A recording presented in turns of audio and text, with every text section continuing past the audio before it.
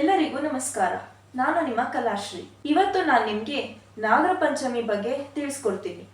ಅದ್ರ ಹಿಂದಿನ ಕತೆ ಏನು, ಹೇಗೆ ಆಚರಿಸ್ತಾರೆ ತಿಳ್ಕೊಳ್ಳೋಣ. ನಾಗರ ಪಂಚಮಿಯು ಭಾರತದ ಹಲವಾರು ಭಾಗಗಳಲ್ಲಿ ಹಿಂದೂಗಳು ಆಚರಿಸುವ ಒಂದು ಹಬ್ಬ. ಇದನ್ನು ಶ್ರಾವಣ ಮಾಸದ ಶುಕ್ಲ ಪಕ್ಷದ ಪಂಚಮಿ ಎಂದು ಆಚರಿಸಲಾಗುತ್ತದೆ. ಈ ದಿನದಂದು ನಾಗ ದೇವತೆಗಳನ್ನು ಪೂಜಿಸಲಾಗುತ್ತದೆ. ಪೂಜೆಯ ಅಂಗವಾಗಿ ದೇವಸ್ಥಾನ ಹಾಗೂ ಹುತ್ತಗಳಿಗೆ ಭೇಟಿ ನೀಡಿ ಎಲ್ಲಾ ಕೆಡಕುಗಳಿಂದ ತಮ್ಮನ್ನು ರಕ್ಷಿಸಲೆಂದು ಬೇಡಿಕೊಂಡು ಜನರು ಹಾಲು ಮತ್ತು ಬೆಳ್ಳಿ ಆಭರಣಗಳನ್ನು ಅರ್ಪಿಸುತ್ತಾರೆ. ಮತ್ತು ಈ ಹಬ್ಬವು ಅಣ್ಣ ತಂಗಿ ಇಬ್ಬರು ಸೇರಿ ಪೂಜಿಸಲ್ಪಡುವ ಹಬ್ಬವೆಂದು ಪ್ರತೀತಿ ಇದೆ. ನಾಗರ ಪಂಚಮಿಯ ನಂತರ ರಕ್ಷಾ ಬಂಧನ್, ಕೃಷ್ಣ ಜನ್ಮಾಷ್ಟಮಿ, ಗಣೇಶ ಚತುರ್ಥಿ, ದಸರಾ, ದೀಪಾವಳಿ ಹೀಗೆ ಒಂದೊಂದು ಹಬ್ಬಗಳು ಆರಂಭವಾಗುತ್ತದೆ. ಮಹಾರಾಷ್ಟ್ರದ ಬಿತ್ತಿಸ ಶೀರಾಳ ಎಂಬ ಗ್ರಾಮದಲ್ಲಿ ನಾಗರ ಪಂಚಮಿಯಂದು ಜೀವಂತ ಹಾವುಗಳನ್ನು ಪೂಜಿಸಲಾಗುತ್ತದೆ. ಈ ದಿನದಂದು ಹೆಣ್ಣು ಮಕ್ಕಳು ತಮ್ಮ ಸಹೋದರನ ಒಳಿತಿಗೆ ಹುತ್ತಕ್ಕೆ ಹಾಲನ್ನು ಎರೆದು ಪೂಜಿಸುತ್ತಾರೆ. ಉತ್ತರ ಕರ್ನಾಟಕದಲ್ಲಿ ಈ ಹಬ್ಬವನ್ನು 3 ದಿನಗಳ ಕಾಲ ಆಚರಿಸಲಾಗುತ್ತದೆ. ಒಂದಾನೊಂದು ಕಾಲದಲ್ಲಿ ಒಂದು ಊರಿನಲ್ಲಿ ಒಬ್ಬಳು ತಂಗಿ ಮತ್ತು ಅವಳಿಗೆ 4 ಜನ ಅಣ್ಣಂದಿರಿದ್ದರು. ಮನೆಯವರೆಲ್ಲರೂ ಸೇರಿ ಒಟ್ಟಾಗಿ ನಾಗರ ಪಂಚಮಿ ಎಂದು ಪೂಜಾ ಕಾರ್ಯಕ್ರಮದಲ್ಲಿ ತೊಡಗಿದ್ದರು. ಆ ಸಮಯದಲ್ಲಿ ಅಲ್ಲಿಗೆ ನಾಗರ ಹಾವೊಂದು ರಭಸದಿಂದ ಬಂದು 4 ಜನ ಅಣ್ಣಂದಿರನ್ನು ಬಲಿ ತೆಗೆದುಕೊಂಡಿತ್ತು. ನಂತರ ಆ ತಂಗಿಯು ಅಣ್ಣಂದಿರನ್ನು ಕಳೆದುಕೊಂಡ ನೋವನ್ನು ತಡೆಯಲಾಗದೆ ಆ ನಾಗರ ಹಾವಿಗೆ ಹೇಳಿದಳು, ನನ್ನ 4 ಜನ ಅಣ್ಣಂದಿರಲ್ಲಿ ಒಬ್ಬರನ್ನಾದರೂ ಬದುಕಿಸಿಕೊಡು, ನಾನು ಯಾರನ್ನು ಅಣ್ಣನೆಂದು ಕರೆಯಲಿ ಎಂದು ಕಣ್ಣೀರಿಟ್ಟಳು. ತದನಂತರ ಆ ನಾಗರ ಹಾವು ಆಕೆಯ ಮಾತಿಗೆ ಕಿವಿಗೊಟ್ಟು ಅಣ್ಣಂದಿರ ಬಳಿ ಬಂದು ಒಬ್ಬ ಅಣ್ಣನನ್ನು ಪ್ರಾಣಾಪಾಯದಿಂದ ಕಾಪಾಡಿತು. ನಂತರ ಆ ಅಣ್ಣ ತಂಗಿ ಇಬ್ಬರು ಸೇರಿ ನಾಗರ ಪಂಚಮಿ ಹಬ್ಬವನ್ನು ಸಂಭ್ರಮದಿಂದ ಆಚರಿಸಿದರು. ನಾಗರ ಪಂಚಮಿ ಆಚರಣೆಯು ಮಹಾಭಾರತದಿಂದ ಬಂದಿದ್ದು ಅಂತ ನಿಮಗೆ ಗೊತ್ತಾ? ಮಹಾಭಾರತದಲ್ಲಿ ಅರ್ಜುನನ ಮಗ ಅಭಿಮನ್ಯು, ಅಭಿಮನ್ಯುವಿನ ಮಗ ಪರೀಕ್ಷಿತ್ ರಾಜ. ಪರೀಕ್ಷಿತ್ ರಾಜ ಒಂದ್ಸತಿ ಕಾಡಲ್ಲಿ ಹೋಗುವಾಗ ಶಮಿಕ ಋಷಿಗಳ ಆಶ್ರಮದ ಹತ್ರ ಬರ್ತಾರೆ. ಅಲ್ಲಿ ಅವರು ಧ್ಯಾನದಲ್ಲಿ ಮುಳುಗಿದ್ದಾಗ ಸತ್ತಿರ ಹಾವನ್ನ ಅವ್ರ ಮೇಲೆ ಹಾಕ್ಬಿಡ್ತಾರೆ. ಆಗ ಈ ವಿಷಯ ಶಮಿಕ ಋಷಿಗಳ ಮಗ ಸೃಂಜನ್ಗೆ ಗೊತ್ತಾಗ್ಬಿಡುತ್ತೆ. ತನ್ನ ತಂದೆಗೆ ಈಗ ಮಾಡದ್ನಲ್ಲ ಅಂತ ಪರೀಕ್ಷಿತ್ ರಾಜನ್ಗೆ ಇನ್ನು 7 ದಿನಗಳ ಒಳಗಾಗಿ ಒಂದು ಹಾವು ಕಚ್ಚಿ ನೀನು ಸಾಯುವಾಗ ಆಗ್ಲಿ ಅಂತ ಶಾಪ ಕೊಟ್ಬಿಡ್ತಾರೆ. ಈಗ ತಕ್ಷಕ ಪರೀಕ್ಷಿತ್ ರಾಜನನ್ನು ಕಚ್ಚಿ ಅವನು ಪ್ರಾಣವನ್ನ ಕಳ್ಕೊಂತಾನೆ. ಈ ವಿಷಯ ಅವನ ಮಗ ಜನ್ಮಜಯನ್ಗೆ ಗೊತ್ತಾಗೋಗುತ್ತೆ. ತನ್ನ ತಂದೆಯ ಸಾವು ಒಂದು ಹಾವಿಂದ ಆಯ್ತಲ್ಲ ಅಂತ ಈ ಸರ್ಪಗಳ ಸಂತತಿಯನ್ನೇ ನಾಶ ಮಾಡ್ಬಿಡ್ಬೇಕು ಅಂತ ಹೇಳಿ ಒಂದು ಸರ್ಪ ಯಾಗವನ್ನ ಆಯೋಜಿಸ್ತಾನೆ. ಇದರಿಂದ ತಕ್ಷಕನಾಗನಿಗೂ ಕೂಡ ಭಯ ಆಗತ್ತೆ.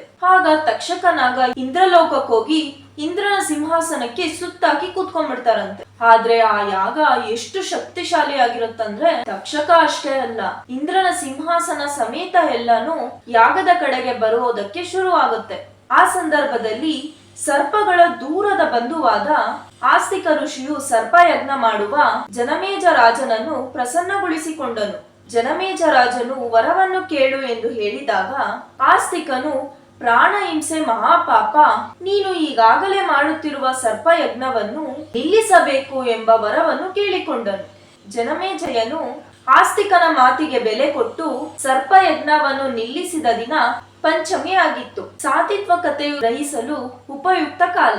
ಪಂಚ ಪ್ರಾಣಗಳೇ ಪಂಚನಾಗಗಳಾಗಿವೆ. ನಾಗರ ಪಂಚಮಿಯ ದಿನದಲ್ಲಿ ವಾತಾವರಣವು ಸ್ಥಿರವಾಗಿರುತ್ತದೆ. ಸಾತಿತ್ವ ಕಥೆಯನ್ನು ಗ್ರಹಿಸಲು ಈ ಕಾಲವು ಅತ್ಯಂತ ಯೋಗ್ಯ ಮತ್ತು ಬಹಳ ಉಪಯುಕ್ತವಾಗಿದೆ. ಈ ದಿನದಂದು ಶೇಷನಾಗ ಮತ್ತು ಶ್ರೀ ವಿಷ್ಣುವಿಗೆ ಮುಂದಿನಂತೆ ಪ್ರಾರ್ಥನೆ ಮಾಡಬೇಕು. ತಮ್ಮ ಕೃಪೆಯಿಂದ ಈ ದಿನದಂದು ಶಿವಲೋಕದಿಂದ ಪ್ರಕ್ಷೇಪಿತವಾಗುವ ಲಹರಿಗಳು ನನ್ನಿಂದ ಹೆಚ್ಚೆಚ್ಚು ಗ್ರಹಣವಾಗಲಿ. ನನ್ನ ಆಧ್ಯಾತ್ಮಿಕ ಪ್ರಗತಿಗೆ ಎದುರಾಗುವ ಎಲ್ಲಾ ಅಡಚಣೆಗಳು ನಾಶವಾಗಲಿ.